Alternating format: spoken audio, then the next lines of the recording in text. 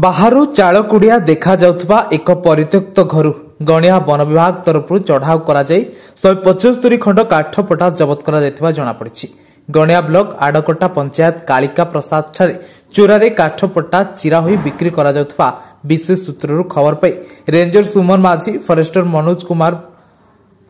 Manoj Prabhakar Sahu forest guard Dharanidhar Nayak Kuni Ojha Vaishnavi नायक एवं पाराफास्ट और mobile squad घटनास्थल में पहुंची काठगुड़ी को जबत कर गणिया वन विभाग परिसर को आनी सेठारे मापचुप करने पर काठगुड़िक कसी कुरुम गंभारी सागवान बोली जनापड़ी जार आनुमानिक मूल्य 1 लाख टंका अधिक होबो बोली विभागीय अधिकारी प्रकाश करछन्ती। उक्त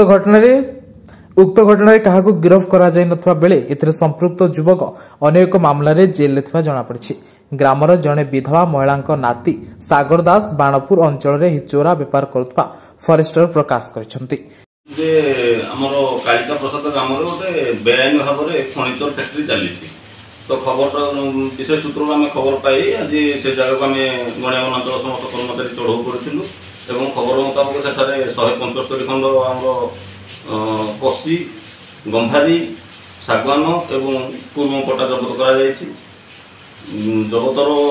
आनुमानिक मूल्य 1 लाख ऊर्ध्व हम बोली सूचना रही। घटना क्या गिरफ कराई कि कौन नहीं घटनास्थल में आम घर मालिक हिसाब से जड़े वृद्धा को पाइलु विधवा वृद्धा जड़े